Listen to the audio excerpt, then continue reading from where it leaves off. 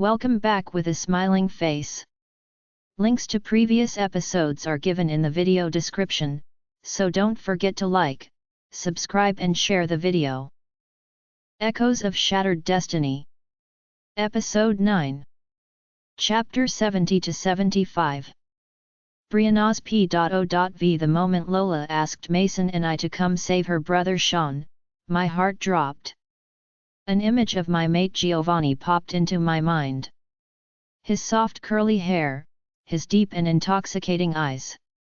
The musky yet sweet scent that swirled around him, clinging to my nose and calling to my soul. The mate bond didn't care what species we were, bringing the two of us together. My mind resisted the idea, but my body longed for him. My wolf felt the same, equal parts desire and reluctance. I was constantly pulled in each direction, and yet I couldn't shake that small shred of hope. I had not seen him since we saved Lola and chased them off.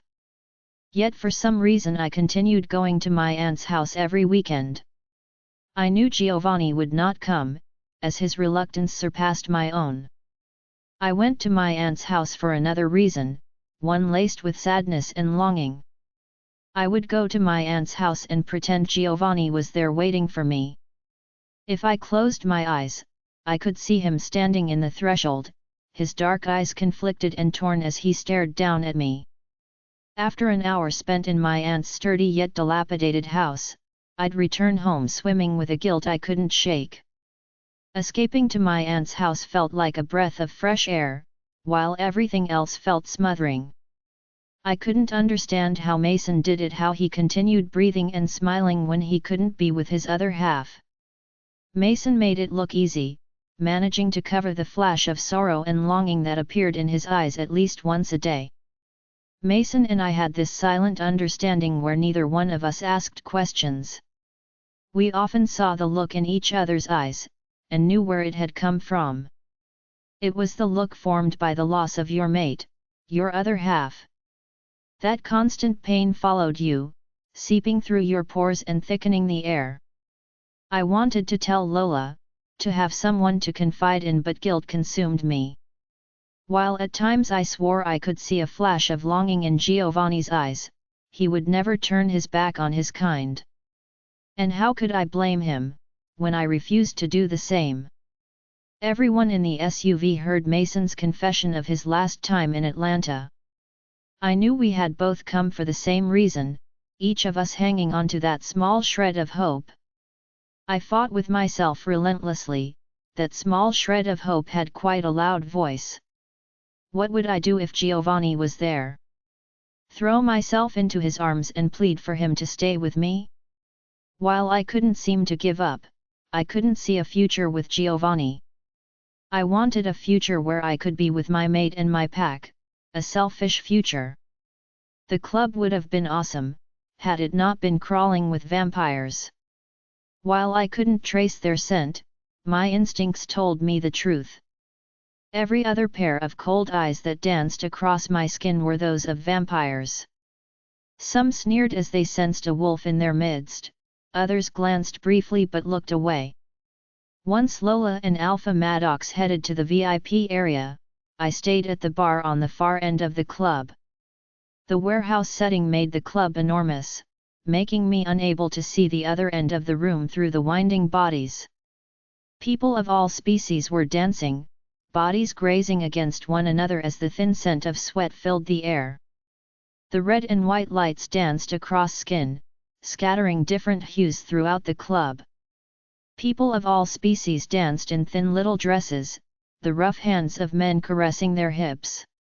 Two women leaned against the wall, their lips tangled in a fight to the DH. I felt like an exposed nerve, every last thing I saw brushed against my sensitive endings. I had spent days ignoring the growing hole in my chest, but every sight and smell at the club brought it to my full attention. Lust-filled looks were thrown across the club, wandering hands and lips caressing against skin. All it did was bring Giovanni to the front of my mind. "What can I get for you, gorgeous?" A voice pulled me from my thoughts. The inevitable rush of disappointment ran through me, as the voice did not belong to Giovanni. Without even realizing, I had been leaning against the onyx-colored bar. One of the stools grazed against my hip, my front facing the crowd of dancing party-goers. The bartender was cute, a guy I would have no doubt swooned over, but things had changed. The bartender's blonde hair was a tousled mess on his head, the hint of muscles straining through his dark shirt. His eyes were dark with mystery, something the old me would have loved. Men lacked their usual appeal since I had met Giovanni. I was no longer giving flirty glances or sly touches, guilt became a constant companion. I knew I shouldn't have felt guilty, but Giovanni had not rejected me. That had to count for something, right? I had begged him, yelled at him, and yet he didn't reject me. It seems I wasn't the only one dealing with an inward battle. Rum and coke. I sighed, straining my voice to raise it above the music. The bartender flashed me a dazzling smile, one that would have had me snagged from the beginning. Yet, I felt nothing for the hot bartender. My stomach was absent of butterflies, the hole in my chest growing bigger with each guilty thought. You don't seem to be enjoying your night, gorgeous. The drink's on me. The hot bartender flashed me a sly smirk, those mysterious eyes flashing as they ran over my skin. I felt nothing from his prying gaze, no heat, no warmth, just the unmoving hole in my heart. I wanted to pretend, to gain some semblance of my old life back, but I couldn't bring myself to do it. I wouldn't give the bartender my empty, meaningless words, string him along as I pretended to be who I once was. Thanks, I murmured, taking the glass from his outstretched hand. The alcohol burned as it ran down my throat, bringing some warmth to my cold body. I wanted to laugh spitefully. Heartbroken humans could easily forget their sorrows, simply able to drink them away. Werewolves could do no such thing. Alcohol refused to affect us, leaving us little outlet for our inner demons. Perhaps, that was why werewolves were so violent. What's your name? Another dazzling smile, one personal and intimate. Deep moss-colored eyes fanned my face, but my body held no reaction. I couldn't help it when irritation flooded me. I wanted to be left alone, suffering in silence as I was triggered by practically everything. I could feel him hovering over my shoulder, waiting for an answer. Brianna. I spared no effort to raise my voice above the music, my eyes darting over my surroundings. There was no sight of Mason, Carter, or Wade, but the makeshift warehouse club was huge. Brianna. I'm Noah. My name left his mouth like a seductive song, carried to my ears by the thundering music. His voice was raspy, nothing like Giovanni's. Giovanni's voice was rough, but held a certain silkiness that made your toes curl. For just a split second I noticed the name tag pinned to his shirt. Big blue letters spelled the name, Noah. I had seen it as I walked to the bar, but had not cared what his name was. Even now, I couldn't bring myself to care. I wasn't normally this way, a heartless BH with eyes for no one else. I had changed the moment this festering hole was placed inside my chest. Did you know? His mouth opened, full lips I would have once trailed my eyes over. He knows you guys are here. Another voice, a heart-stopping familiar voice. Rough but smooth like silk, sweet like honey with that murderous edge bathed in mystery. He had looked the same, dark curly hair brushing the cusp of his eyebrow. Long lashes framed dark eyes, eyes that burned with every intense emotion. My eyes left the open-mouthed bartender, the one who had tried and failed to make a lasting impression. That bitter part of me wanted to chuckle, what would another man have over Giovanni? With the looks of an earthbound G*D and the body of a warrior, Giovanni stood behind me. Gorgeous, my eyes were no longer on the bartender, his name already forgotten from my memory. Scatter, human. Giovanni's voice hardened, still sweet and silky as it held a murderous edge. Dark eyes flashed with anger and irritation, evoking more conflicting emotions from my battered heart. Out of instinct and my guilt-ridden feelings for Giovanni, I blocked the mind link between the six of us. It was almost like pressing the mute button on a phone, keeping my conversation and surroundings from their minds. He didn't reject us. There is hope, he didn't reject us. Those thoughts danced gleefully in my mind. I heard the bartender pause, no doubt looking over Giovanni warily. If the bartender was smart, he would leave. My disinterest in him was clear, as my eyes were now glued to Giovanni.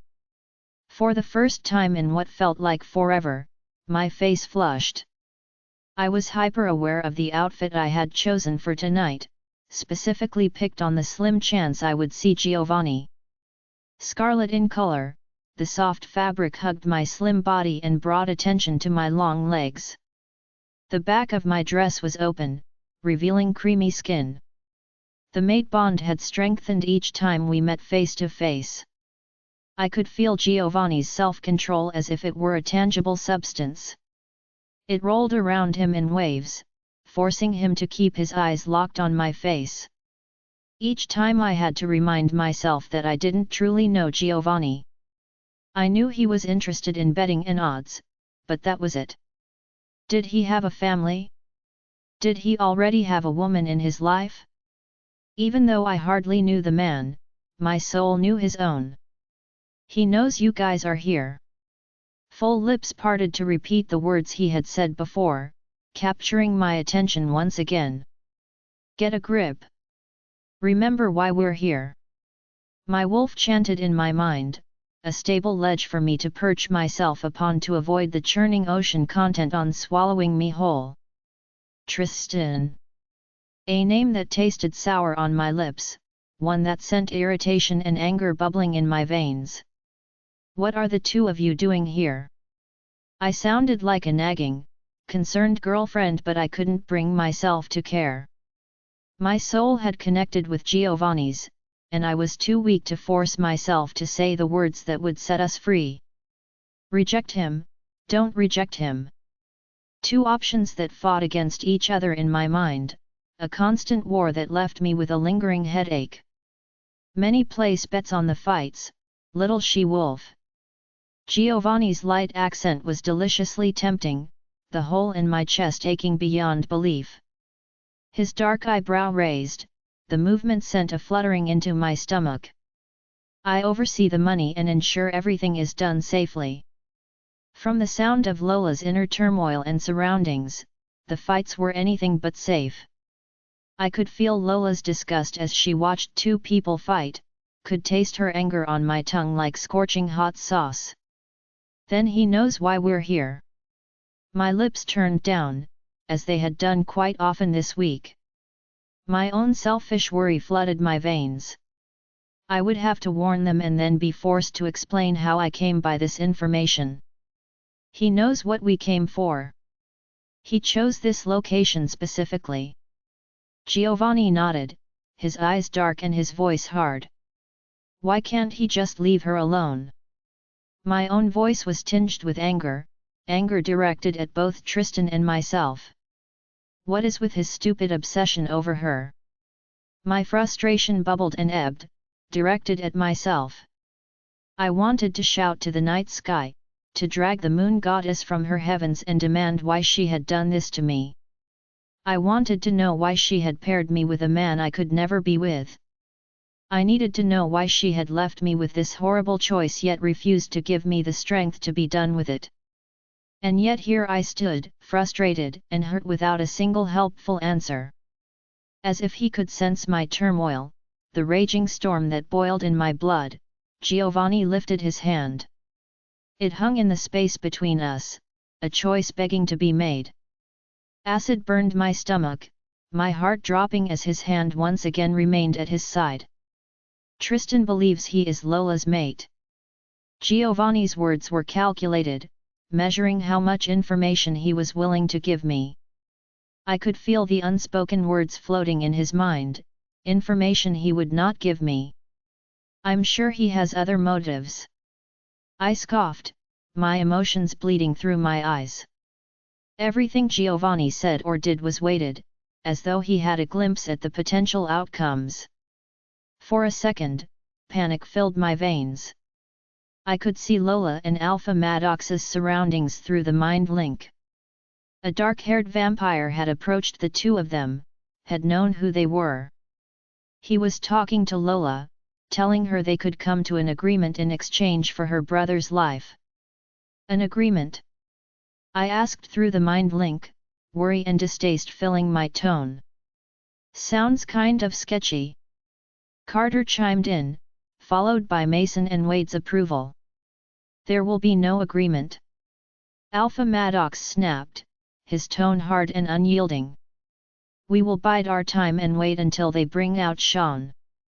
Once I call for a distraction, we will grab Sean and fight our way out. We may have to leave out the side door. If we do, we'll circle around the front and meet you there. Lola chimed in, followed by Alpha Maddox's begrudging approval. Some of my nervousness ebbed away at Alpha Maddox's voice. It was clear he had no intentions on letting Lola take the reins. I knew without a doubt how far she would go for her family. She hadn't shown much grief with her mom, but Lola was always one to deflect things. The two of us were alike in that way, content on finding distractions to avoid facing the pain. An image of Tristan approaching Lola and Alpha Maddox flashed into my mind, raising my irritation until my skin felt itchy and singed. I took out the words Tristan was saying to them, placing my focus on Giovanni. An agreement? I scoffed, my eyes burning as I looked at my goddess-given mate. His dark eyes conveyed no emotion, his irritating mask was firmly in place. My voice held hurt and anger, but didn't come out as murderous as I wanted. He wants her in return for her brother's life? This is all just a pathetic ploy to get Lola on your side, to use her powers yourselves. Ploy or not, Lola's position is coveted. Tristan is but one of many. However, he does not give up easily. This was more information than Giovanni had ever given me, useless, and yet I was hanging on to his every word. I could feel the mate bond between us, a glistening rope of pure gold that spanned the short distance we stood from one another. Lola will never betray her pack, you have to know that. I placed all of my attention on him, on staring into those emotionless eyes. My stomach contracted, as if I were trying to crack his mask with my own free will. Tristan is willing to bet otherwise. Giovanni's eyes were hard, but held something deep and painful within their depths. My heart shuddered in my chest as he turned away from me. Clammy, on edge and unbearably alone, that's how I felt the second his eyes left my own. You wouldn't reject me, why? I found myself asking, the words spewing from my throat without any self-control. I needed to know, to understand why he couldn't say the words. He knew why I couldn't, because I was weak and hopeful. But why couldn't he? A long pause, those dark eyes burning into me once more. I do not know. Brianna, we could use that distraction now. Alpha Maddox's voice was angry as it filtered into my mind. I wanted to curse, wishing I had more time with Giovanni. I would have stayed in this club forever if it meant we didn't have to deal with the outside world, deal with our species' hatred for one another. Wait, I called out, my body lurching forward as I began to lose all control. I was acting on impulse, taking a page from Lola's book. Thinking before speaking had gotten me nowhere with Giovanni, instead I let the overwhelming emotions of the mate bond take control. Giovanni had stopped abruptly, turning around as my torso collided into his. His hands found my waist, steadying me. From the brief look of surprise on his face, Control had slipped through his tight grasp. His hands singed my skin, burning through the dress I was wearing. Overwhelming emotions scattered along my skin like waves of electricity, bouncing from Giovanni to myself. "All right, give me a minute." I huffed through the mind link, "Stall him or something. You have to know this is wrong. He's her brother, she's going to do everything in her power to save him." I breathed, letting my own control slide like thick oil through my fingers. I let the emotions I had contained tightly flow through my words, staining them with the longing and turmoil I felt. "I'm not asking you to kill Tristan or anyone else, but help us, help me." The mask that clouded his features, the one he had focused so hard on keeping intact, slipped from his face. Emotion lit up his eyes like fireworks, his thoughts practically wrapping themselves around his mind. He felt the pull of the mate bond as well as I did. He too was swept under the current, drowning in the emotions as he stared down at his mate. Two species eternally at war, but also destined to mix, to expand. His lips opened, seconds away from refusing my plea. I wasn't sure what I would do if he refused. I was laying my entire heart on the line, the empty hole in my chest throbbing at the risk. "Please, Giovanni." I breathed, his name tasted sweet on my tongue. I could feel his breath as it rolled past his lips, its creamy cinnamon scent caressed my face. "She's asked for none of this. I have to cause a distraction, but I'm begging you to help me. Help us get Sean out of here, you can do what you choose afterwards." Time seemed to slow as the beating of my frantic heart increased. Its dull thuds pulsed in my ears, the music around turning silent. The pulse from the bass continued scattering across the floor, making it feel as though we were vibrating. My desperate hands clung to his shirt, rippling muscles dancing along my fingertips. His hands never once strayed from my hips.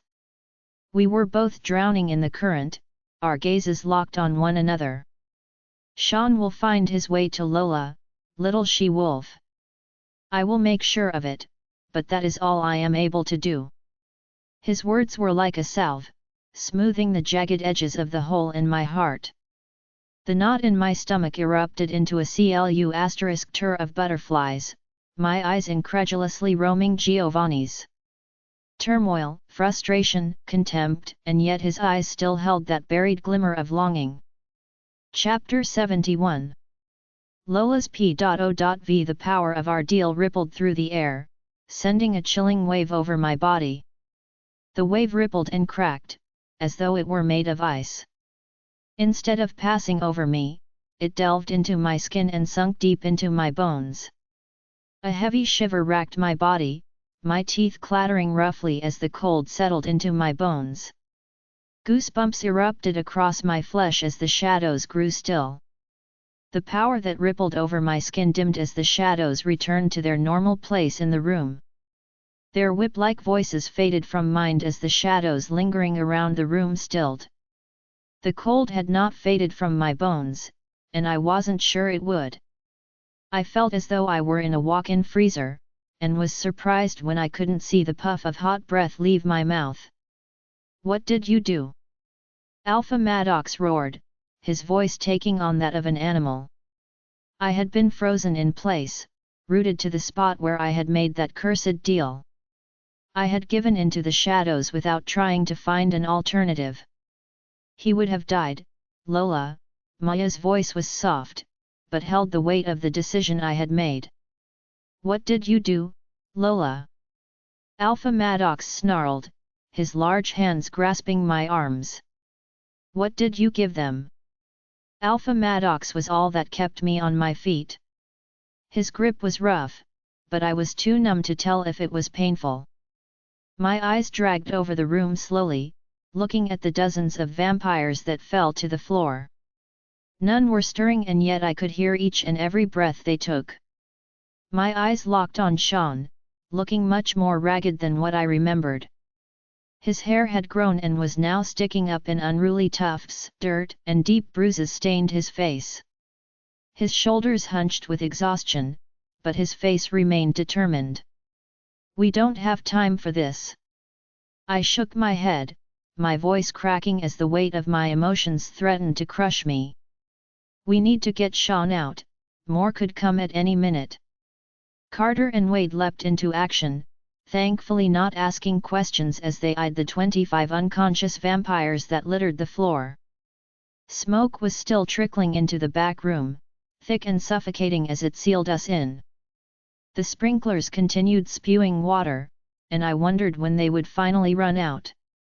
Pools of water mixed with the blood on the floor, turning the deep cherry wood an unsettling shade of pink. Water streamed down my face, mixing with the tears that fell from my eyes. "Monster!" The words flashed through my head, my own inner voice filled with hatred. This was different than self-defense, different than anything I had planned for. I assumed it would be my life I was giving up, my DH in exchange for Alpha Maddox's life. I hadn't asked, hadn't thought that they could be talking about someone else. Someone innocent was going to D*E, and it was my fault. Carter and Wade helped Sean stand, using their body weight to hold him upright. Alpha Maddox's eyes were wild as they scanned my face, and I wondered if he could tell I was crying. "The back door, go out the back door!" Alpha Maddox snarled, tearing his eyes away from my own. Alpha Maddox let go of my shoulders and gripped my hand in his. With our hands locked together, Alpha Maddox and I ran across the room, stepping over the incapacitated vampires. An exit sat at the end of the room on the far wall, the red sign flickering impatiently.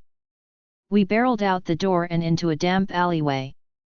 Puddles of what were hopefully water sat in large pools, soaking our shoes. The sickly sweet scent of vampires had faded once we came outside, and was quickly replaced by the smell of wet garbage. At the end of the alley, a large group of people had formed. Everyone who had been in the club evacuated, crowded around the front of the building. "Mason, Brianna, did you both make it out?" Alpha Maddox asked, his hand never once leaving my own. "I'm out." Brianna breathed, sounding as I felt. "Me too." Mason chimed in, but my mind was somewhere else. "I'm heading to the car. I think they got the fire under control. A couple vampires just went back inside, get out of there." Brianna's voice came out in a rushed whisper. "Circling around front. Be ready, we'll have to act fast." Alpha Maddox replied.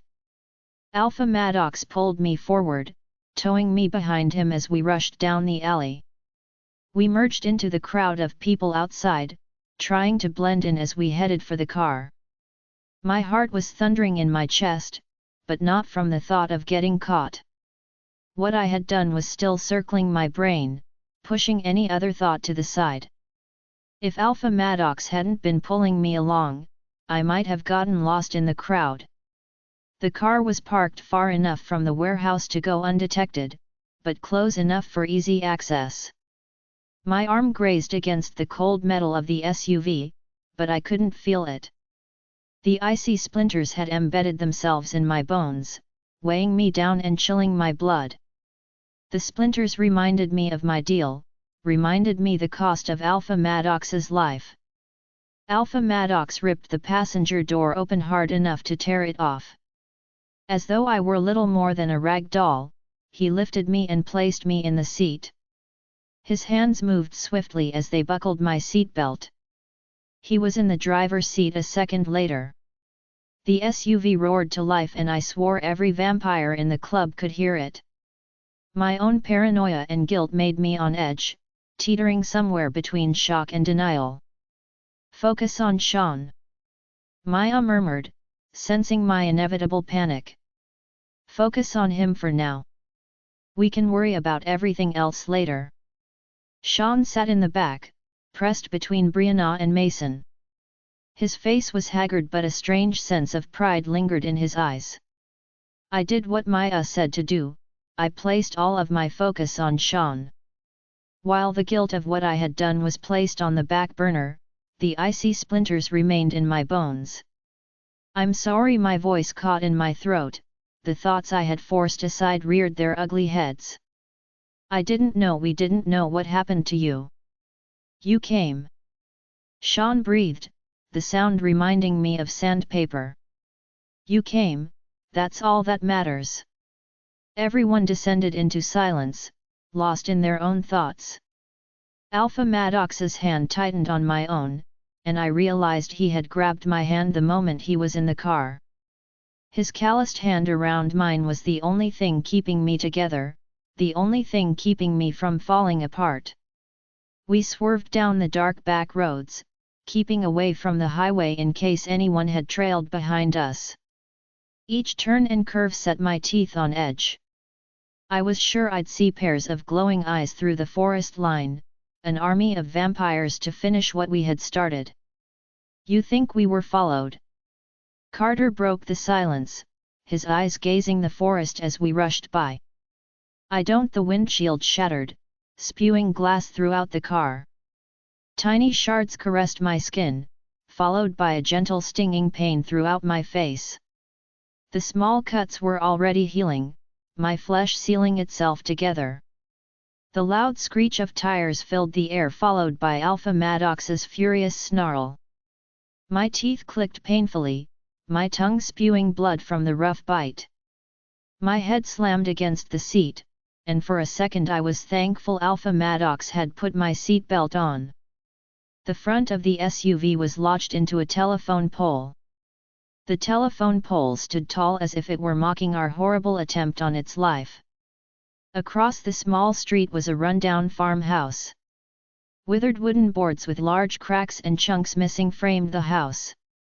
Long grass freckled with weeds took up the land around the house.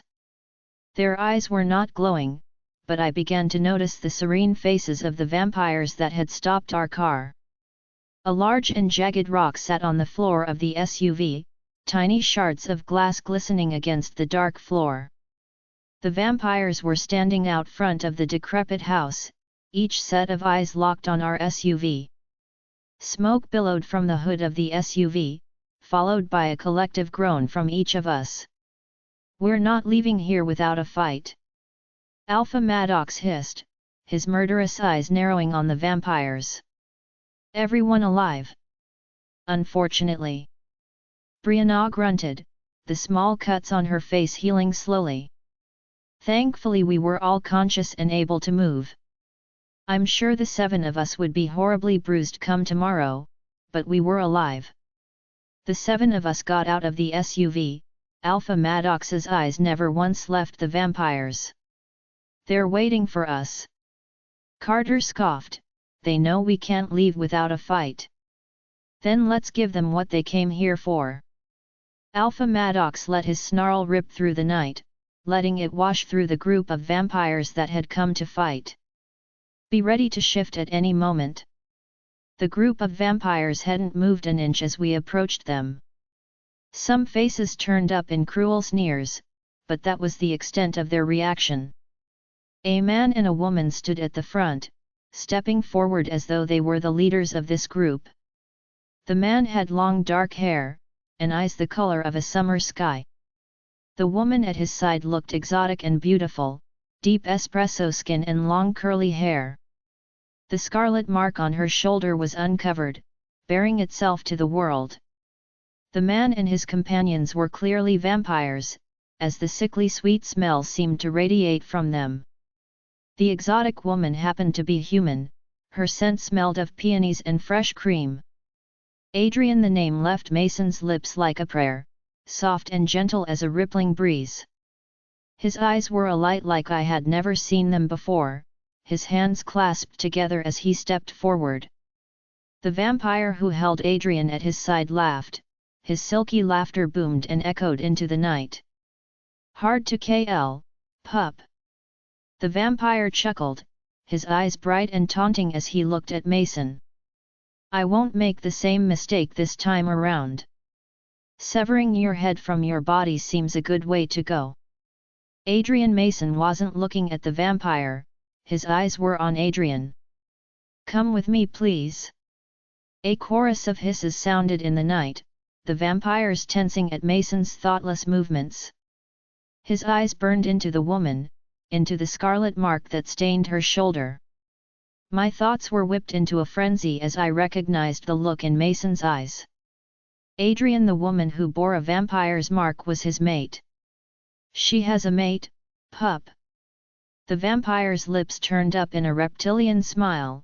You're 5 years too late. Our bond is complete, unbreakable, even with your own pathetic mate bond at work. My mark can change that, Adrian. If it weren't for Mason's desperate words, I'd assume he hadn't heard the vampire speak at all. My heart crumbled in my chest as I watched the emotion pour through Mason's eyes. He looked at Adrian as though she were a goddess walking the earth, his strength crumbling as he beheld her beauty. Her golden eyes were bright under the moon, but her face remained impassive and cold. Your mark will change nothing. The vampire chuckled, patient and smug as he savored the encounter.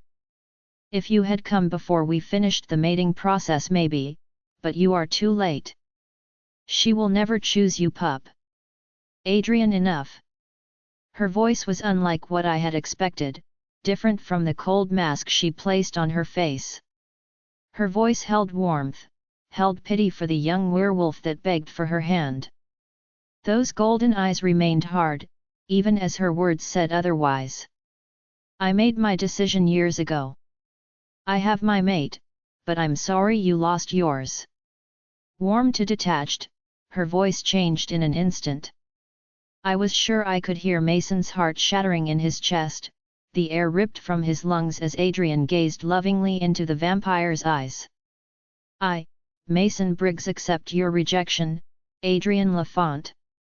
His voice held strong, every emotion he was forced to hold down melted into his words. Her name left his lips with sorrow, the mate bond between them shattering to dust. Everything went to absolute HL as an achingly familiar cold front licked across my skin. Shadows gathered in the darkest recesses of the forest, slithering from darkened corners untouched by moonlight. They greeted me, whipping around my feet as though they were playing with a friend. Their silky voices were torn from my memory, their words replaying themselves in my mind. You do not get to choose. Some hissed the words gently, others taunted and snickered. They snack *D across the ground, unseen by all except Alpha Maddox and I. To save the one you love, a life must be taken. 1,000 silky voices churned in my mind, all speaking at once to form one voice. Emotions of every kind laced each individual voice. Some sneered the words at me, others murmured them gently. Some shouted them in anger, while others cooed seductively. A mate stolen from an innocent, the smoky tendrils slithered from my legs, heading to someone else. The icy shards in my bones twisted, grinding painfully against my nerves. Despite the cold, sweat began to bead across my skin as I watched the shadows glide away from me. This is the price you have paid, princess. Chapter 72.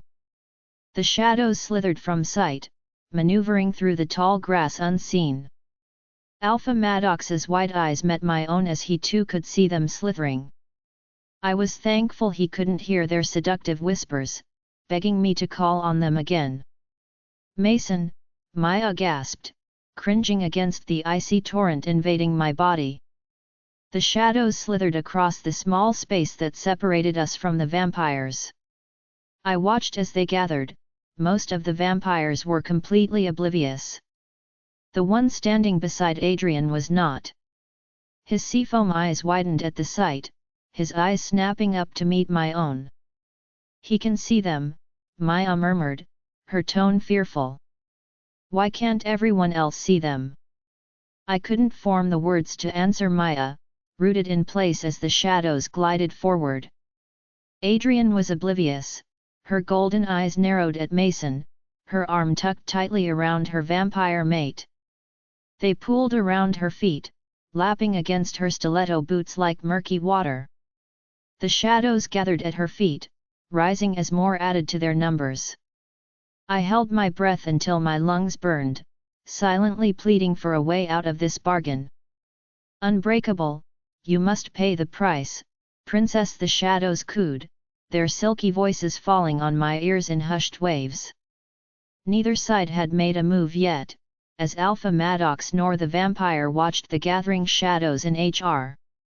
The other vampires twitched anxiously, waiting for their leader to call them forward. My friends shot Alpha Maddox and I uneasy looks, also wondering why we hadn't taken action. The shadows rose high, much higher than my short stature. Just when they reached Adrienne's height, the wisps of shadows seemed to solidify and take form. The dark form of a man stood in front of Adrienne, just inches away, and still she was oblivious. I ragged breath as the shadow's arm raised, slicing across the air in one smooth motion. Silence echoed across the dark forest, as if the bugs and animals were all holding their breaths. There was no mistaking the feeling of unease that had settled across us all. Even if they couldn't see the shadows, they could feel that something felt wrong. A thin, jagged line of scarlet beaded against Adrienne's neck, bright in contrast to her espresso skin. She hadn't even realized what happened yet. Her golden eyes widened, her hands limp at her sides. At first the blood trickled down, slow and thick as it made its descent down her slender neck. Her hands snapped up to her neck, her hands grasping wildly at the gaping wound in her throat. Her blood began to spurt in long waves, watering the grass and staining the earth. The shadows broke apart, falling to the ground once more. They slithered over the fallen blood, devouring each drop that fell to the earth. Mason lurched forward, his hands extended as if he were going to help his mate. "There's nothing you can do," I wanted to tell him. "IKD her, Mason. IKD your mate." Mason stopped in his tracks as a chorus of hisses erupted from the vampires, warning him to back off. As if things couldn't get any worse, her vampire mate unleashed a snarl of pure fury. Adrienne fell to the ground, beautiful and still as she lay in the grass. Her golden eyes were focused on me, as though she were taunting me. "I know what you did, stupid wolf." I could hear her exotic voice in my head, her words like a whip against my skin. I made the mistake of looking into Mason's eyes, drowning in the sorrow and confusion that filled his gaze. His eyes never once left Adrienne. The vampires rushed forward, their leader barreling into Alpha Maddox. Carter and Wade met the vampires with equal gusto. Mason and Brianna leapt into action, but the four of them couldn't seem to wipe the HR and confusion from their eyes. I had been so absorbed with the HR of what I had done that I didn't notice the two vampires charging my way. With a snarl of absolute malice, Sean knocked the two vampires to the ground. Brianna and Mason both fought in wolf form, tearing the throats out of the vampires with furious snarls. Alpha Maddox fought in his human form, shifting his hand into claws as he tore the heart from one of the vampires. Carter, Wade, and Sean all did the same. Alpha Maddox was fighting more than one vampire at a time, giving most of his attention to their leader. With my heart bursting at the seams, and Mason's horror-struck face in mind, I called Maya forward and shifted. While she wanted to stretch her legs and take her time basking in the moonlight, there were more important matters. I took the back seat while Maya charged at one of the vampires fighting Alpha Maddox. The guy couldn't have been any older than 18, a child forced to fight against wolves. His blonde hair was a couple shades darker than Tristan's, sun-kissed even though he couldn't go out in the sun. My teeth sunk into his throat like butter, as he hadn't seen me coming. Shock filled his cerulean eyes as they widened at my bite. I had never KD'd someone before, even in self-defense, and I would never forget the emotions that crossed his eyes. Innocent surprise filled his gaze, followed by sheer denial. He couldn't fathom that this was the end of his life, that all of those years of learning and growing culminated to this moment. Maya threw his corpse to the ground without hesitation and moved on to the next vampire. As their numbers dwindled, Alpha Maddox seemed to gain strength and speed. With little more than a cruel sneer, he tore the heart from the vampire leader's chest. His body hit the ground with a wet thud, his outstretched hand only inches away from Adrian. "What do we do?"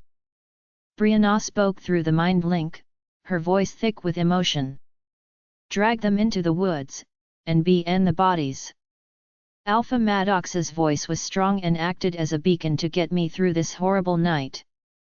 Brianna, Mason, and I shifted into our human forms. We slipped on some clothes we had kept in the trunk, just in case of emergencies. We worked in silence for the next 10 minutes, each of us dragging a vampire corpse into the woods. I could hear my heart shatter as Mason picked up his deceased mate, her long curly hair waving in the light breeze. She was limp in his arms, her vacant eyes still staring at me. The smell of burnt flesh was nauseating, mixing with the sickly sweet smell that radiated from the vampires. Mason stared on at the fire, watching as it licked and crackled against his mate's curly hair. "What happened?" Mason's voice was just below a whisper, each word left his lips slowly as though the sound brought him pain. I didn't know what to say. What could I say? There was nothing that could undo what I had done. I had blindly made a deal with the shadows, not bothering to have them elaborate on the price. "Not that this excuses what happened, but it wasn't your fault," Maya murmured, the crackling fire drowning out her sorrowful voice. She chose the vampires over Mason. She would have KD'd him if she had the chance. Maya was right, it didn't excuse what I did. I don't. My mouth opened, my voice a painful croak in my throat. "Don't lie to me." Mason spat the words, his eyes hardening. I had never seen him look so furious before, as though he were seconds away from lunging at my throat. I felt something there with us, something cold and ancient and just bad. It was the shadows, wasn't it? It was, but Mason, did you ask them to kill her? Mason snarled, taking a step towards me as his eyes flashed murderously. All traces of his lopsided smile and bright eyes had vanished. This Mason was someone else entirely. "Enough." Alpha Maddox's voice was hard and commanding as he stepped in between Mason and I. His back was turned to me, but I could feel the protectiveness radiating from his body. I wanted to scream. Couldn't he see? I didn't deserve his protection. Mason had every right to be angry with me, to hate me. I didn't, Mason. I swear. My voice shattered, a sob trembling through my body. Mason began to turn his back on me, his eyes vacant and cold. I couldn't let things end this way. I couldn't let him walk away thinking I wanted to kill his mate. I made a deal. Maddox was going to D*E. They said a life for a life. I thought they meant me, Mason. Something flickered in the depths of Mason's eyes, something that gave me the smallest shred of hope. "Give him a minute," Alpha Maddox murmured, turning to face me. His eyes were dark and his voice thick with repressed emotion. I hadn't told Alpha Maddox the deal I made, I hadn't told him the price I was willing to pay for his life. Wetness cascaded down my face, and I realized I had been crying. Alpha Maddox raised his hand as though he were going to wipe my tears away. I flinched away from his touch, and turned towards a stoic Brianna. I couldn't accept his comfort, couldn't let him chase the HR and ice from my veins. I deserved to feel everything for what I had done. I didn't deserve an easy way out. Brianna's face was an impenetrable mask, her hazel eyes locked on my face. I wanted to say something, but what could I say? Anyone know how to hotwire a car? Carter broke the thick silence, a frown etched onto his carefree face. "'Cause I don't feel like running 3 hours home. I'll find us a car." Brianna grunted, her eyes flickering to the patch of forest Mason had wandered off into. "Lola, go with her." Alpha Maddox murmured, his intense gaze heating my cold skin. Brianna turned on her heel and headed back to the main road, leaving me to follow closely behind. Once I had finally caught up to her, we walked down the dark road in silence. I could feel the whirlwind of emotions that swarmed within her, and cringed against their intensity. Are you mad at me?" I wanted to throw something, to smack myself across the face for saying something so careless. "No." Brianna used her voice like a whip, lashing against my chilled skin without mercy. "I understand why you did what you did, but that doesn't change how Mason feels." "I know." I choked out, my voice little more than a painful rasp. I didn't know it would be her." "You want to know what pisses me off?" Brianna stopped dead in her tracks, her hands resting on her hips. Brianna's emotionless mask had shifted into one of irritation and anger. Her hazel eyes narrowed at me, sending a shard of regret burrowing into my stomach. "You were willing to give your life without thinking it through." "I did think it through." I shook my head furiously, tears pricking the backs of my eyelids. "I couldn't. I know, Lola. You couldn't let him d*e." Brianna snapped, running a hand through her short hair. "But don't you get it? You can't be a martyr and throw your life away without thinking of the rest of us. How would your grandma feel? And what about Sean and your dad?" Millions of words flitted through my mind, and yet I couldn't figure out what to say. Tears formed in Brianna's narrowed eyes, her slim figure shaking with anger. You're mad I didn't think it through." I chuckled, ignoring the tears that escaped my weary eyes. "KD Mason's mate. If Adrian hadn't been KD by the shadows, what would have happened to her?" Brianna grimaced, as if the words burned her throat during their exit. "During the fight, what would have happened to her? Would we have spared her? Taken her as prisoner until she was forced to switch sides?" I knew what she was asking, and I knew the answer. Adrian would have died, or escaped to run back to the vampires. While it nearly made my heart seize in my chest, there wasn't a happy ending for Adrian and Mason. She would have died, or somehow gotten away. Brianna murmured, "And I know how much Mason is hurting, but she wasn't going to change sides. Does that make me a bad person?" "I don't know," I murmured, my voice rough with exhaustion. Just a mile up the road we found a small parking lot littered with different cars. A small sign sticking from the ground said this was where you park if you were going to take a bus. The bus stop sat at the corner, a few feet away from the parking lot. The street lights flickered dimly, and my eyes flickered to every shadow in sight. There was no movement, no slithery voice that cooed in my ear. Everything was still, even the crickets had fell silent.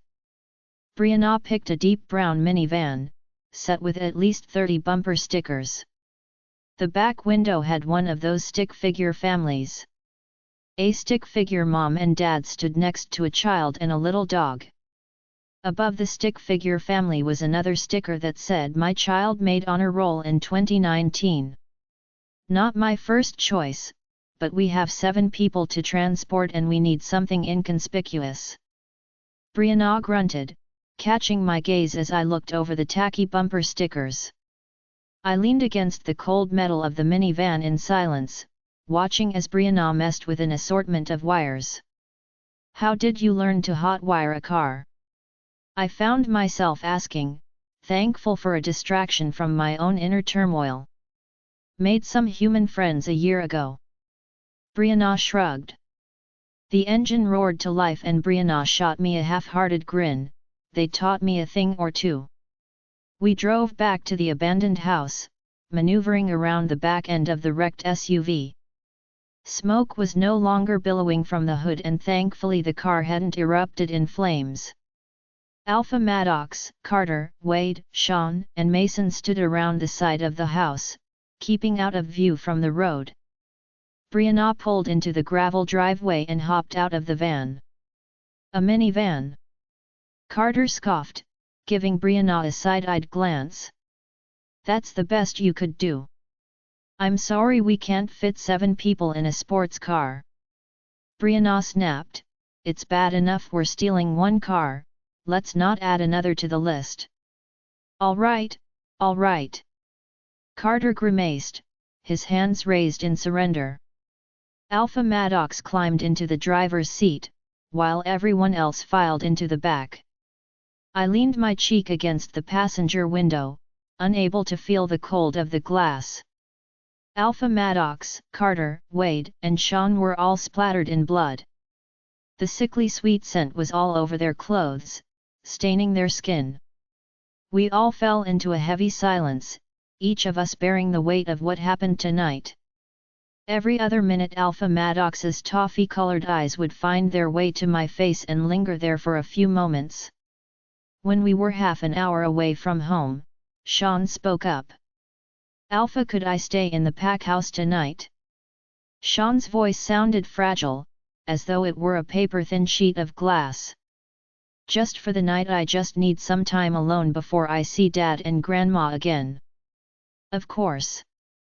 Alpha Maddox nodded, his eyes never once leaving the road.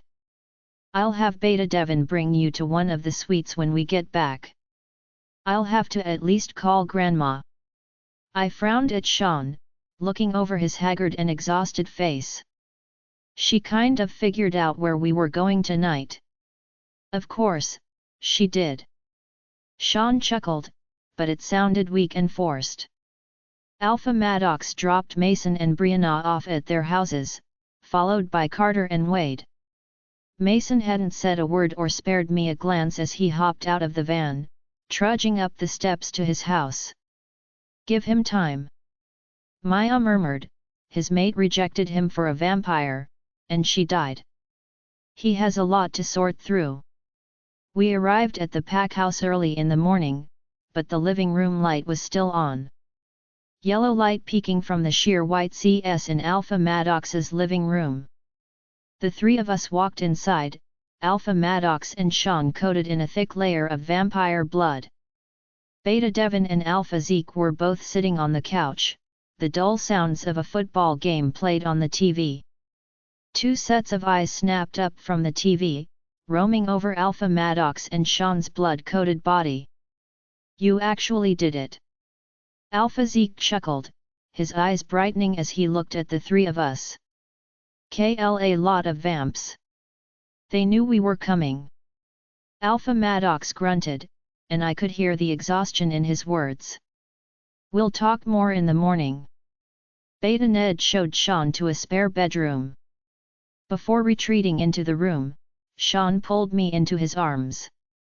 My brother and I had never been affectionate towards each other, but for a moment I allowed myself to forget what I had done and enjoy my brother's company. Alpha Maddox stood off to the side, waiting patiently for me to follow him to his room. Don't torture yourself, Lola. Sean murmured into my ear, pulling his arms from around me. If only it were that easy. The words came out in a hushed whimper, but Sean had already closed the bedroom door. My body was on autopilot as I followed Alpha Maddox into our bedroom. I sat motionless on the bed, my fingers grazing against the silky material of his blankets. Alpha Maddox stripped the clothes from his chiseled body, tossing them into the bathroom trash can.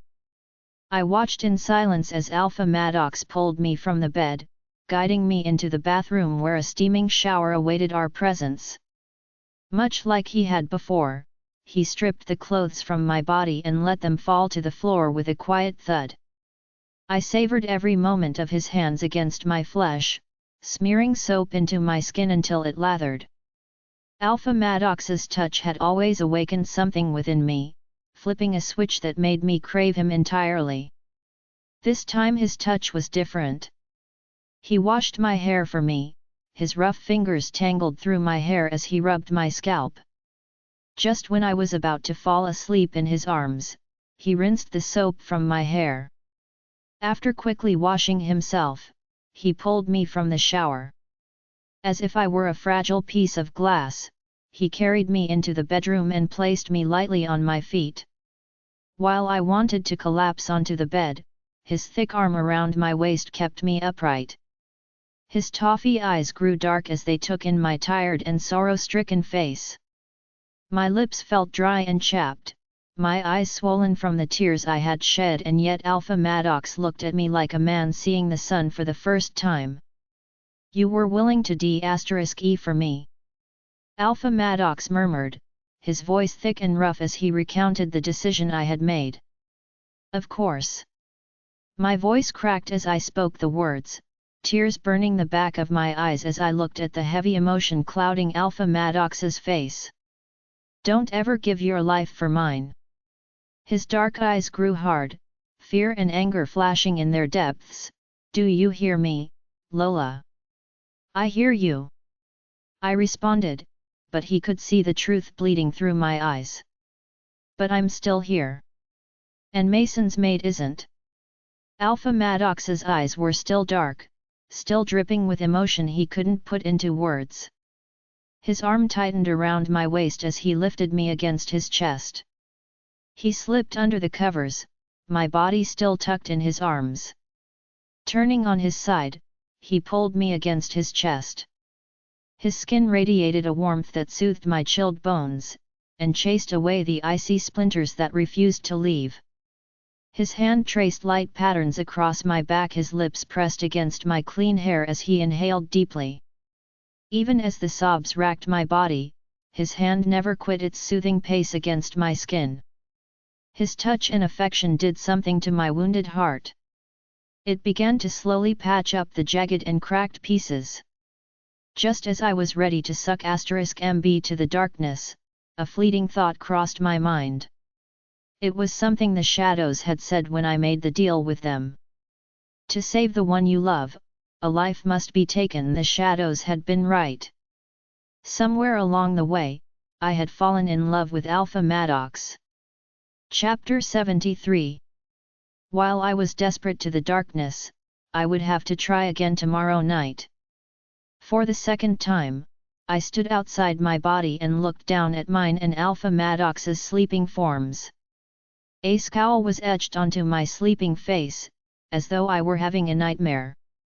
This time around felt different, almost as if I were more tangible than before. My skin no longer had that transparent dreamlike hue. Rather than be forced by the Vampire King to visit, I stumbled towards my body.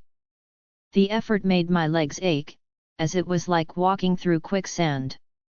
Just as my fingers grazed the blanket, I was pulled backwards.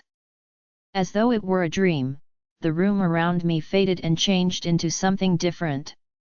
Alpha Maddox's dark walls were replaced with a deep shade of maroon. Black couches dotted the large room, and bookshelves lined half of the wall. A four-poster bed covered in black satin and large pillows looked strangely inviting. Tristan's muscular form walked out of the bathroom, letting steam ebb into the room. His near-white hair was messy and damp, the water still dripping from his skin. With nothing but a towel around his waist, Tristan strolled out of the bathroom. My eyes trailed the length of his body unwillingly, taking in every dip and curve of his muscles. His crystalline eyes met my own and widened, his carefree gait stopped as he noticed me standing there. While my heart thundered with equal parts hate and desire, Tristan's full lips turned up in a smirk. "Quite the voyeur." Tristan chuckled, continuing his stroll to what I assumed was his closet. I clenched my fists at my side, trying to force myself back to my body, but nothing seemed to work. If I was in my body, I would have had a headache from the effort. You're the one who brought me here. I rolled my eyes, coming to accept that this wasn't just a realistic nightmare. Feel free to send me back. Send you back? Tristan's bemused and vivid eyes brightened, showing me a quick flash of his teeth before removing his towel. With an annoyed hiss, I turned around.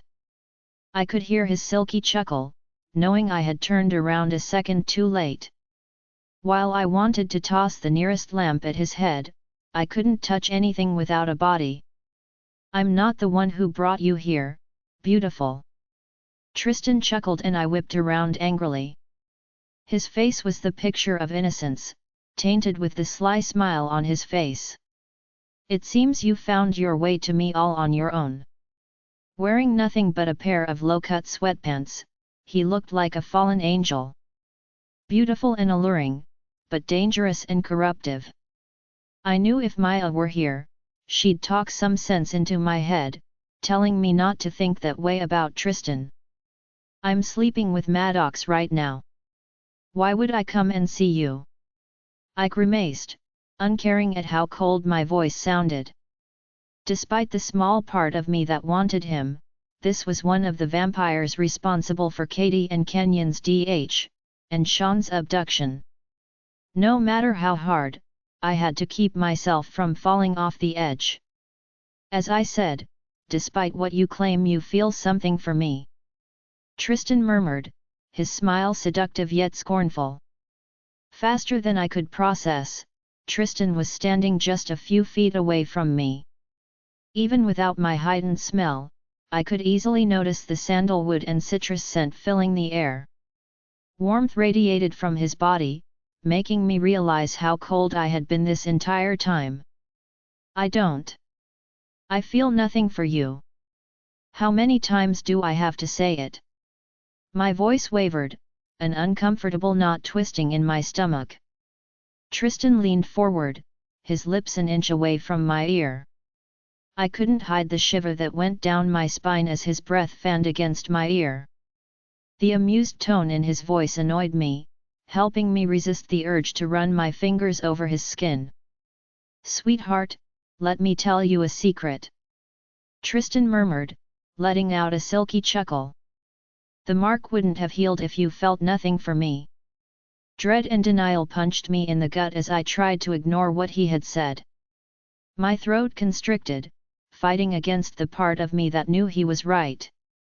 It might have been a dull ember in comparison to the explosion I felt with Alpha Maddox, but the attraction was there. You're lying. I shook my head, taking a step away from Tristan and the intoxicating heat his body radiated. I'm not lying. Tristan chuckled lowly, and I swore his bright eyes were growing darker as he took another step towards me. You know I'm telling the truth, just as I know that you feel something for me. It's nothing compared to what I feel for Alpha Maddox.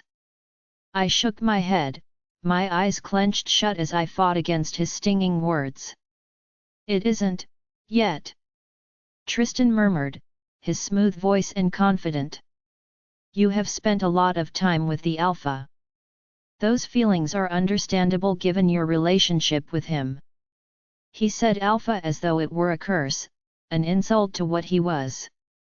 The distaste that filled his eyes vanished, leaving his usual and calculated gaze. Tristan closed the distance between the two of us, his arm wrapping around my waist as his lips slammed down on my own. Revulsion and confusion were my first reactions, but Tristan's grip was tight around my waist. His touch startled me, as I thought I couldn't touch anything without my body. His hard body meshed against my own, muscles pressing against soft skin. I flattened my hands against his chest, shoving roughly as I clamped my lips together. Without Maya by my side, my strength was severely impacted. Tristan held me tightly, as though he couldn't feel the force beneath my touch. His hands were soft as they drifted up the front of my shirt. An angry growl left my lips as I tried shoving against his chest for the second time. I resisted the sensations he was causing within me, resisted the tingling that formed between my legs.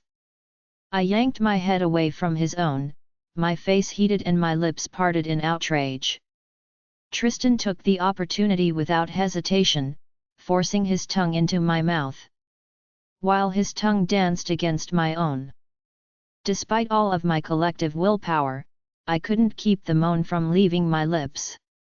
Silent as a whisper in a hurricane, but Tristan had been able to hear it. Alpha Maddox felt like an explosion of passion and heat, feral and desire removing inhibitions. Kissing Tristan felt like thick dark chocolate and rich. Just as I regained some of my common sense, I shoved against his chest for the third time, using every ounce of strength I could muster. Tristan stepped away from me, his lips red and his eyes bright. For a second, I had thought my strength was enough to push him away, but then an impatient knock sounded at his door. Tristan's full lips turned up in a sly smile, placing a finger against them to silence me. Without further explanation, Tristan turned and opened his door. A curly-headed vampire stood at the door, one I recognized from the night at the swimming hole. Giovanni had escaped shortly after Tristan did, leaving a vampire and Tyler behind. "I have news for you," Giovanni grunted, his eyes dark as he frowned at Tristan. Shooting me one last glance, Tristan murmured something quietly to Giovanni. While I strained to hear what they were saying, I only made out bits and pieces. "She got away," Giovanni muttered, a dark look on his face. Amusement hit me as I realized they were talking about me. I had escaped from the club, managing to save my brother and keep my friends alive. They had lost many vampires on their side, but we hadn't lost a single werewolf.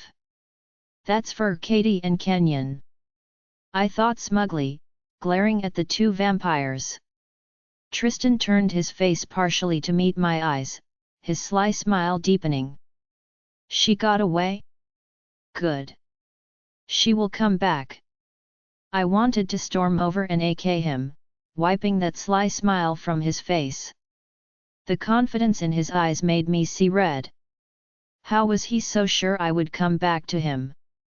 He himself knew how I felt about Alpha Maddox. Maddox, I thought, nearly smiling at the sound of his name. Turning my eyes away from Tristan, I thought about Maddox and how his dark eyes and charming smile made me feel. I remembered how silky my hands felt in his hair, and the way he looked at me as though I were the moon in a dark sky. Just as the door closed, leaving me alone with Tristan once more, a tugging sensation formed in my gut. As though it were a long rope bringing me to Tristan, I felt as it snapped and the room faded into black. My eyes snapped open, aching as sunlight burned into them. A thin layer of sweat coated my skin, and a headache had already begun to form around my temples. The irritating mark on my shoulder stung angrily, as if scolding me for running away from Tristan. Maya's thoughts were a whirlwind of anger and disgust as I replayed where I had been. A set of dark eyes watched me from the corner of the room, making me visibly jump as I met Alpha Maddox's intense gaze. Seated on one of the armchairs, Alpha Maddox watched me closely. His dark eyes were locked on the scarlet mark that tormented me, narrowing as if he knew what had happened. "Good morning." I cleared my throat, wincing at how weak my voice had sounded.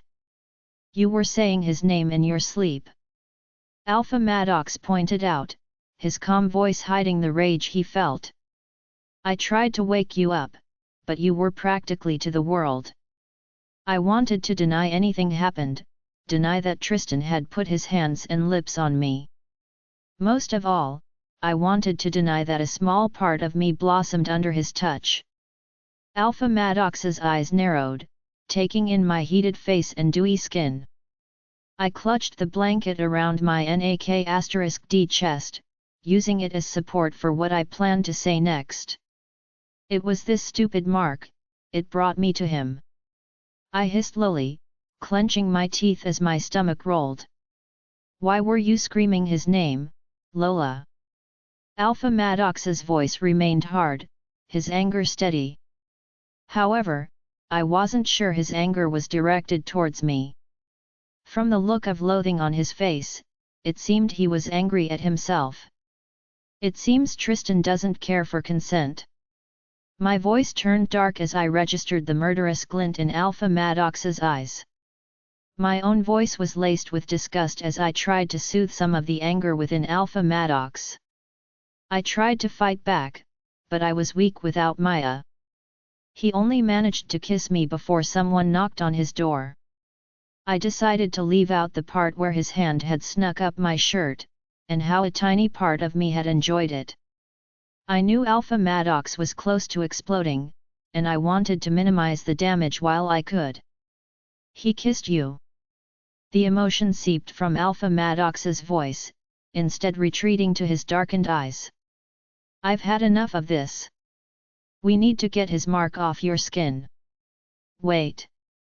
I paused, thinking back to what Giovanni and Tristan were talking about. I was still there when someone knocked at his door. It was that other vampire from the swimming hole, Giovanni. I couldn't hear much of what they were saying, but this could be useful. Useful. Alpha Maddox's eyes blazed, but I stood my ground. How is being tied to that vampire useful? If I can bring myself to him at the right moment, who knows what I might overhear? My eyes remained hard, unyielding, but my lips turned up in a sly smile. Chapter 74. Staying connected to Tristan felt like a silver shard lodged in the bloodstream. Sure, a small part of me longed for him, but the rest of me absolutely loathed the vampire. I felt no animosity or disdain towards Alpha Maddox, as his touch and presence seemed to consume me entirely. Still, I couldn't deny that staying connected to Tristan didn't have its benefits. If I managed to figure this link out, I could drop in at any point. Who knows what kinds of plans I could overhear? I could see the hurt hidden beneath the boiling anger in Alpha Maddox's eyes, and ignored the sharp pain it sent through me. I couldn't voice what I felt towards Alpha Maddox in words. How could you explain that someone's mere presence consumes you? That their touch ignites every cell, every nerve ending on the body? Even though I wanted more from Alpha Maddox, I would have settled for anything just to stay by his side. I hoped beyond anything that the moon goddess wasn't cruel, that she wouldn't pair me with someone like Tristan. I had another concern, one hidden so deep, I hadn't allowed it to see light. If Tristan was my mate, that meant I was destined for terrible things. If Alpha Maddox were my mate, that meant I'd become Luna of his vast pack. Alpha Maddox knew there was nothing we could do to remove Tristan's mark on my neck, not without my mate there to claim me himself. The thought made my heart leap as I looked into Alpha Maddox's dark eyes. I don't want him, Maddox. I shook my head, my heart a thundering mess as I took a risky leap. But I want this war to end, and I want this pack to feel safe again. We both know that what I listen in on could change everything. Something flashed in the deep obsidian depths of Alpha Maddox's eyes, an emotion I wasn't prepared to face. For a brief moment I worried he'd be angry I had forgotten his title, but flash of pride shined through his eyes. Slowly, his stubborn resolve cracked into one of irritable acceptance. I knew he wanted to keep me from danger, wanted to keep Tristan from touching what was his, but he had to know how far I was willing to go. I don't want him touching you again, Lola. Alpha Maddox all but snarled, the muscles in his jaw working overtime under the stress. Keep your distance from him, but listen closely. While Alpha Maddox was still fuming, I couldn't help the smile that twitched onto my face. I wasn't expecting him to actually listen to me like an equal. Feeling bold and willing to see how far his feelings for me went, I stood from the bed. The silky comforter dropped to the floor, leaving every inch of my creamy skin exposed. For once I wasn't cold, as Alpha Maddox's dark gaze chased away the lingering chill. Instead of coaxing the sweet anger coded from Alpha Maddox, I did something I never had before. I walked over to him as if his burning gaze wasn't sending a blush to every inch of my skin, and wrapped my arms around his neck. I could feel how rigid he was, probably thinking the same thing I was. I had never made the first move, and I had certainly never tried to comfort him before. Instead of peering into his eyes, I buried my face against his chest, letting his consuming scent fill my nose. Cedarwood and just a hint of something sweet, earthy, and incredibly alluring. Slowly his stiffened posture relaxed, and his large arms around my waist. My heart was thundering, but a small smile had worked its way into my face, covered by his dark shirt. Very quickly, my face was yanked from Alpha Maddox's chest as he lifted me into the air. His rough hands gripped my thighs. His dark eyes peered into my own, his pupil blending into the dark color. His full lips twitched in amusement as his hands feeling affectionate. Lola. Alpha Maddox smirked, the sly look on his face sending an incredulous blush along my cheeks. I narrowed my eyes at Alpha Maddox. I was trying to comfort you, and besides, you don't let me touch you. Despite the times I've had his length down my throat, Alpha Maddox had never let me touch him. I have let you touch me, Lola. He kept me at a distance while I was willing to give myself completely, but it didn't change my feelings towards Alpha Maddox. While I highly doubted he was saving himself for his mate, he enjoyed teasing me. 4 days, I thought in frustration. The thought sent a blush to my face, but I couldn't deny the attraction I felt towards Alpha Maddox. Even though I knew little about his family or his personal life, I knew without a doubt that he would never actually hurt me. He brought me a sense of security and comfort. I remember very vividly. I cleared my throat, scowling as he trailed a finger along the blush on my face. Just as his smooth lips parted to respond, a knock sounded at the door. I watched as irritation passed over his eyes, then finally begrudging acceptance as the knocking on the door returned with vengeance. Alpha Maddox set me on the floor, his dark eyes telling me we would finish this later. Even if he refused to give himself over completely, my body ached with anticipation. I stalked over to the closet, grabbing a quick outfit and stumbling into the bathroom to change. From the bathroom I could hear Alpha Maddox open the door. From the deep chuckle, I knew it was Alpha Zeke. After slipping into a pair of leggings and a blouse, I emerged from the bathroom. Alpha Zeke stood with his arms crossed, a look of amusement on his face as he looked between Alpha Maddox and I. Did I interrupt something? Alpha Zeke smirked, lighting up his strangely intense eyes. No, I shook my head, my face still heated from Alpha Maddox's touch. In fact, you were interrupting. Alpha Maddox smirked, matching Alpha Zeke's amusement. What for? Zeke took Maddox's question as permission to speak in front of me, his smirk fading just a hint as he spoke. While you guys were off getting shone, Luna Freya had plans of her own. Alpha Zeke grunted, all traces of his smirk removed. A lot of the vampires were distracted, probably because they sent them all after you. She managed to send a few of her men in and get Brittany. In the span of 10 seconds, all humor and enjoyment were vacant from the room. Alpha Maddox met my eyes, remembering what he had promised me. I'm sure he had his ways of getting information, but Brittany deserved a chance to prove her innocence. Where did you place her?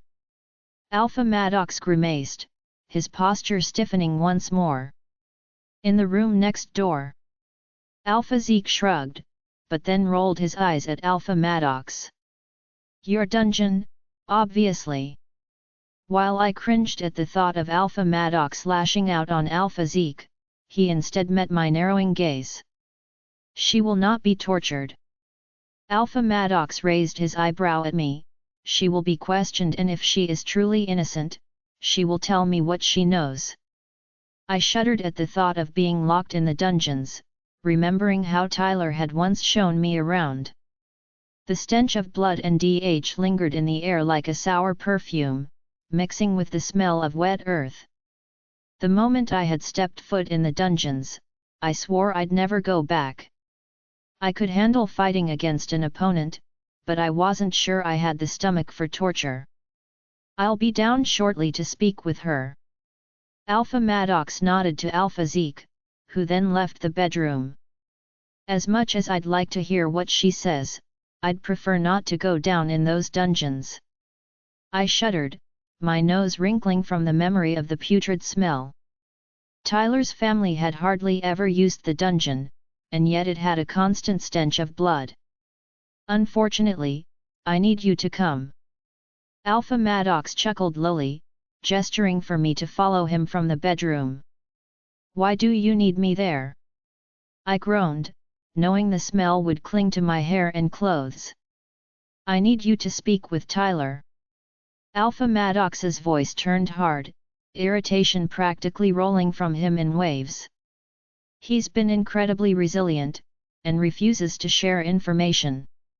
His one request is to speak with you. I'd spend an hour in that putrid dungeon to avoid speaking with Tyler, but I knew Alpha Maddox wouldn't ask if it weren't important. His hatred for Tyler exceeded my own, and he would love nothing more than to watch him die at his hands, but the safety of his pack meant more than revenge. He will remain restrained. Alpha Maddox grunted, the two of us heading downstairs. Alpha Zeke was nowhere to be seen, most likely already in the dungeons. I'm not afraid of Tyler. I snorted, knowing I could handle myself against him with ease.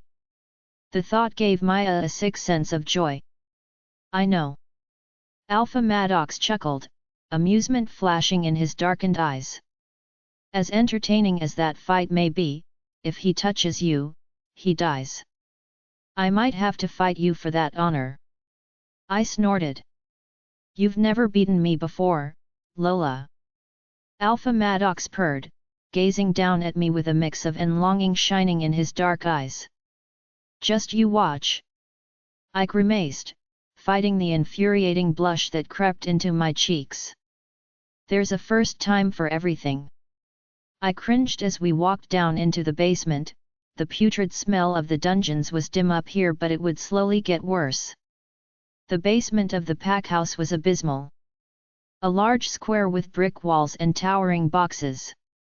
The basement had been old and dusty when Tyler's parents lived here, and it seems it hasn't changed. A tunnel stuck out of the far wall, and has probably been here for the last 50 years. The tunnel was man-made by someone in Tyler's family. Its purpose was specifically for a dungeon. That way, anyone who might escape has to go through the packhouse. I thanked the moon goddess I wasn't claustrophobic as we walked down the tunnel. The stone tunnel quickly turned to smoothed dirt, the foul stench growing stronger as we neared a set of stairs. Dim lanterns pegged into the earthen walls lit the narrow tunnel, just big enough to fit 2 people. The hallway stopped, branching out into 2 more. I followed Alpha Maddox down the left tunnel, taking shallow breaths of the ripe smell. Crude metal cages lined the walls of a large hallway. Each cage was rusted from use, but made with flecks of silver embedded within. Any touch to the bars would sear the skin. The farther down the hallway we walked, the older the cages seemed. I will speak with Brittany. She's being kept in the other wing, down the right tunnel. Alpha Maddox grunted, nodding his head towards the end of the walkway. He has 10 minutes. Giving me one last glance, Alpha Maddox turned and left me alone in this putrid dungeon. I walked further down the wide room, glancing at cage after cage. They were all empty, except for one at the very end. Tyler's cell was tall enough to stand in, and possibly lay down, but that was the extent of his range of motion. My stomach churned at the sight of Tyler, and a sick amusement rose in my throat at his haggard appearance. His once blonde hair now looked brown, clouded with days' worth of dirt. The blue eyes that had once reminded me of the ocean were dull and flat, reminding me of swamp water. He had thinned out, either from stress or his days in this cage. The muscles that jutted from his arms were thinner, giving him a lanky kind of look. The silver cuffs around his wrists chained him to the wall, searing his skin and suppressing his wolf. "Lola, you look good." Tyler chuckled, a painful grin formed on his face. While I couldn't see any open wounds on Tyler's body, but his torn was proof of Alpha Maddox's questioning.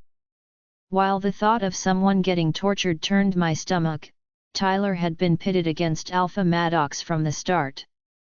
"Better than you do," I snorted, crossing my arms over my chest. "This isn't my best look."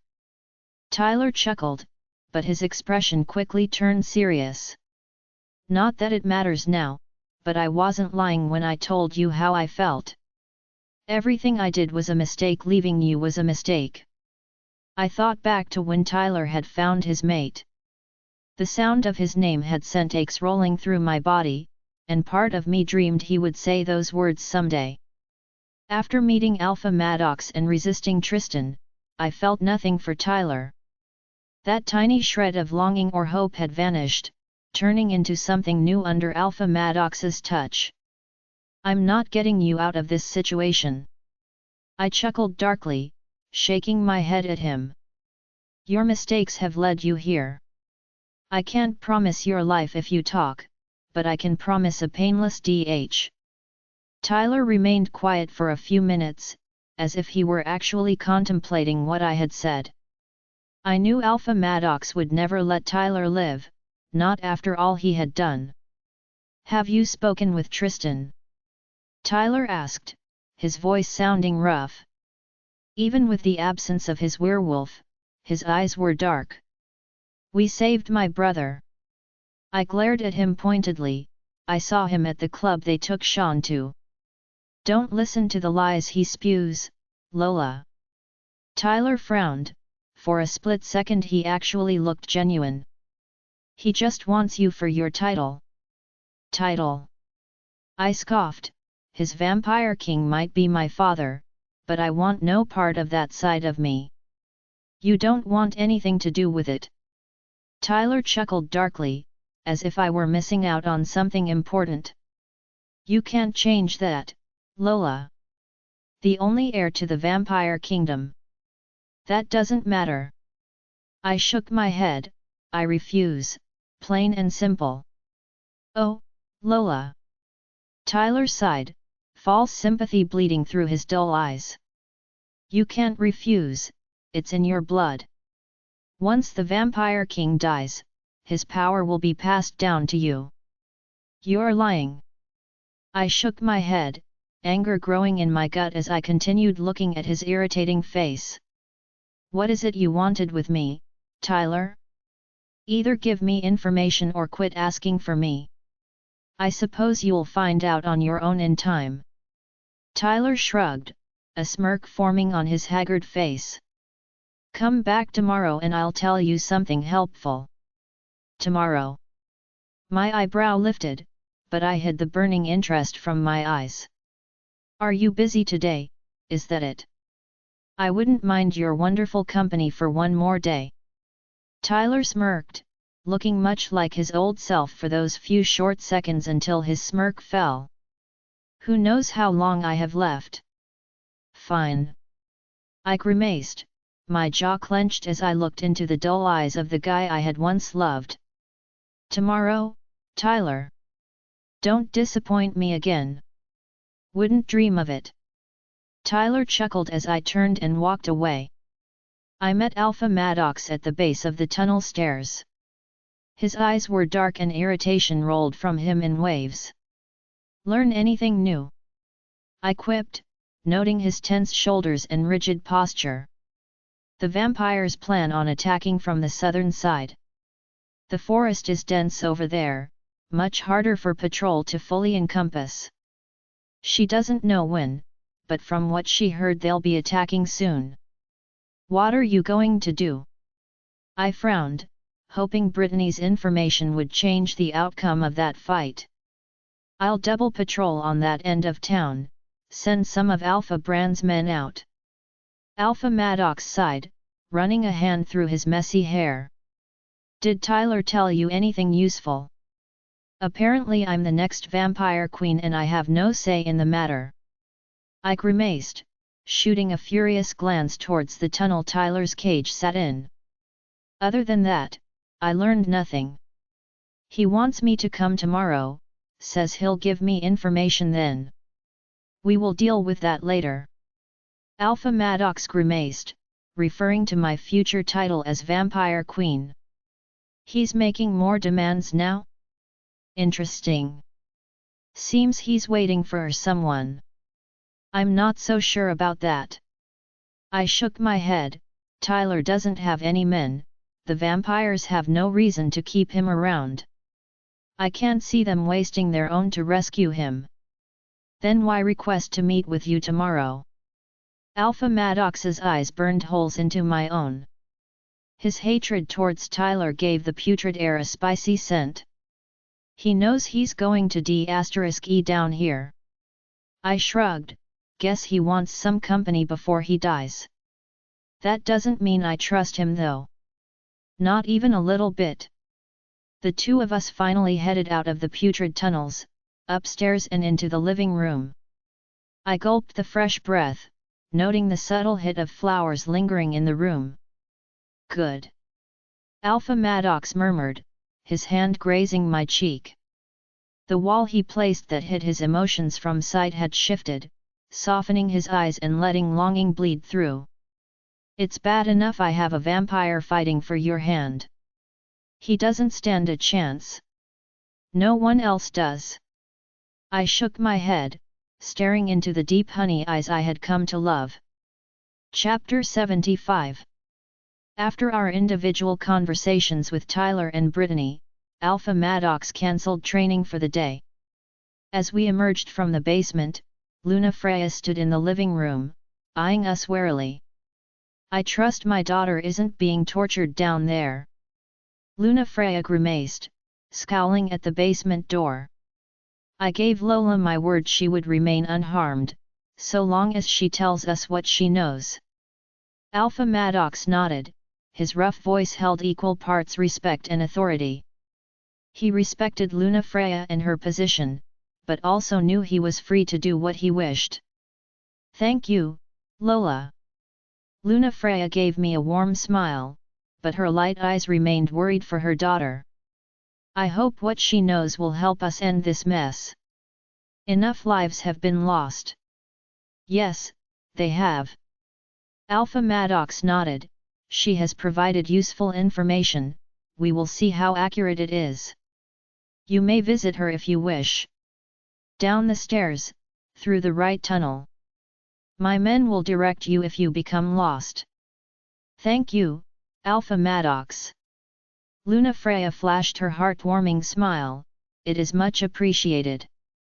Once Luna Freya disappeared into the basement, I turned to meet Alpha Maddox's intoxicating eyes. The color of honey with golden flecks throughout, beautiful and alluring. I'm going to check on Brianna and Mason, if he will allow it. I frowned, fighting against the storm of emotion in my stomach. I hadn't heard a word from Mason, not that I expected to after what I had done. I still couldn't shake the guilt, and wanted to make sure he was doing all right. I pulled out my cell phone and sent a quick text to Brianna asking if she could come and pick me up. He needs time. He knows it wasn't what you intended, but she had rejected him regardless. Give him time to process that information.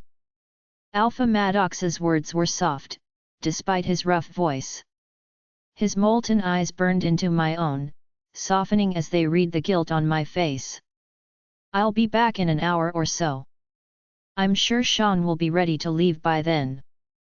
I replied, forcing a smile to my face. As though today were a day for risks, I once again stepped into Alpha Maddox's arms. His body stiffened for a moment before it relaxed entirely. His reaction made me want to laugh. Had he never been hugged before? Much faster than last time, his arms around my waist. His chin rested on my head as I enjoyed every second in his presence. His musky scent clung to me, marking me as his own in yet another way. Watching the guy you love almost had a sobering affect. I was no longer afraid of pushing Alpha Maddox's boundaries. He claimed many times that I belonged to him, therefore I expected the same. I wouldn't force him into anything without his agreement, but I no longer feared touching him. Leaving myself no time to hesitate, I stood on my toes and reached towards his face. As though time had slowed, I watched as the bright color of his eyes dimmed. My lips fell against his jaw, a smile on my face as his stubble tickled my skin. I let my lips linger on his skin for a moment, enjoying the way his hands felt around my waist. As I pulled away, I noticed how dark his eyes had become and couldn't stifle the BN that sparked deep in my stomach. "You are extremely affectionate today, Lola." Alpha Maddox purred lowly, pulling me tighter against his body. His calloused hand gripped my chin and his thumb ran along my bottom lip. His eyes burned into me, shining with feral hunger and something softer. "Should I worry you've done something bad? You've been with me this entire time." I smirked, letting my tongue graze against Alpha Maddox's thumb. "I made my choice, Maddox. You or Tristan. It's time I started acting like it. Someday, Lola. Someday I will erase every trace of that vampire from your little mouth." Alpha Maddox snarled lowly, his face a mere inch from my own. His warm breath fanned across my face, sweet mint making my mouth water with desire. While I was feeling risky, I wouldn't dare close the distance between the two of us. "Then do it," I breathed, eyes wide with longing as he held me against his defined body. "Why wait?" Affectionate and inquisitive. Alpha Maddox purred, his lips turning up in a deep smirk, but he made no move to distance himself. Just as I thought his remaining self-control had finally collapsed, someone across the room cleared their throat. With my face burning brightly, Alpha Maddox stepped away from me. He pulled me tight against his side, as though he wasn't embarrassed at being caught. Alpha Zeke stood across the living room, a deep smirk etched onto his face. He leaned against the doorway, eyes glistening as he took in my heated face. "Impeccable time as always." Alpha Maddox growled, though his eyes shined with humor as he looked at his friend. Terrifying, yet oddly arousing. Alpha Zeke smirked, his bright eyes glued to my reddening face. "Is there a limit on how red your face gets?" Alpha Maddox's chest rumbled with laughter. Beyond my control, his words had my face brightening even more. Alpha Zeke grinned mercilessly as he noticed this. "I suppose there isn't a limit." Alpha Zeke chuckled, "That's good to know." Mumbling an incoherent goodbye to Alpha Maddox, I stalked from the house before Alpha Zeke could say anything further. The two of them were still chuckling as I left. Brianna was oddly quiet in the car, her face a peaceful mask of indecision and contemplation. Even as she drove down the street, I could tell her mind was somewhere else. "Could I ask you something?" Brianna finally spoke when we were inside her house. I looked through Brianna's closet, eyeing up each dress and expensive pair of shoes she owned. "Go ahead." I nodded, my eyes trailing over one of her dresses approvingly. Black in color with ruffled baby doll sleeves and an extremely short hem. It would land around my mid-thighs, but I worried what might be revealed if I bent over. If Mason's mate wanted to switch sides, would Alpha Maddox have allowed it? Brianna frowned, playing with her hands as she watched me explore her never-ending closet. Or would he just kill her? I couldn't help but flinch at her last sentence, a disturbing picture of Adrienne's DH coming to mind. I wouldn't have let him kill her. I frowned. He'd want to question her, to prove her innocence, but I'd never let him kill her. Is that what you did for Brittany? Brianna asked, her voice sounding just a little less troubled. News travels fast, hey. I quipped, my eyebrow raised. But, yet. Everyone deserves a chance to prove their innocence. I agree. Brianna spoke softly, I have another question for you. I'll answer on one condition. I smiled sheepishly, holding up the black dress I had seen in Brianna's closet. Can I borrow this? That's your condition. Brianna snorted, sounding much like her normal self. Keep the thing. I'm too tall for it anyway. Shows all my goodies when I bend over. I'm thinking it's going to do the same for me. Perfect to wear around Maddox. I snickered, what did you want to ask me? Do you think all vampires are evil? I felt myself stiffen at her question, wondering where it had come from. From the serious look on her face, I knew she wanted an honest answer. For a moment I wanted to say yes, to curse all vampires for my personal experiences with them. Were all vampires evil? Some werewolves were evil, but others were good. Could it not be the same with vampires? Who was I to condemn an entire race? No, the word surprised myself, as did the mature thinking behind my answer. There's good and evil in everything. At the end of the day, it's all about choice. Eventually she stood and helped me raid her closet, holding up a couple dresses for my approval. Brianna's parents always had more money than my own, resulting in her huge closet. When we were younger, she'd always let me borrow her clothes. She had loads of dresses and shirts that no longer fit her comfortably due to her height. I guess not growing has its perks sometimes. I chuckled, happiness rushing through me at the sight of a genuine smile from Brianna. Whatever had been plaguing her mind was subdued, for now. It was clear she was dealing with her own demons at the moment, but I'd wait patiently until she wanted to share. How have things been going with your mate? I found myself asking, wondering if she's even had any time to spend with the poor guy. I actually haven't had much time to try and visit. Brianna chuckled breathlessly, with everything going on, I don't know how safe it is to venture away from the pack. I guess you're right. I frowned, my voice soft and sympathetic. I'm sorry about that really. It's not your fault. Brianna shook her head, a hint of anger shining through her hazel eyes. Tyler's the one that started all of this. And now we have to deal with the mess. I chuckled darkly.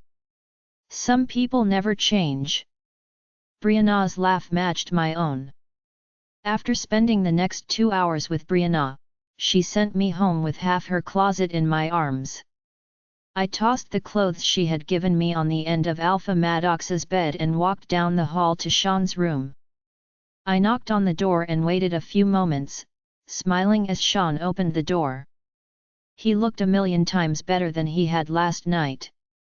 The short beard that had been growing was now gone, his face freshly shaven. His shaggy hair was now washed, and his skin absent of dirt.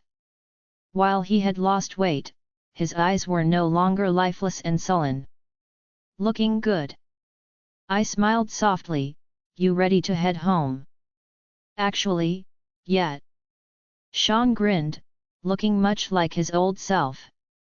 A hint of sadness still lingered in his eyes, but I hoped that too would fade in time. I actually wanted to talk to you. Come inside. Join our Facebook and WhatsApp group for more updates. Link is given in description. Rest audiobook will be continued in next episode.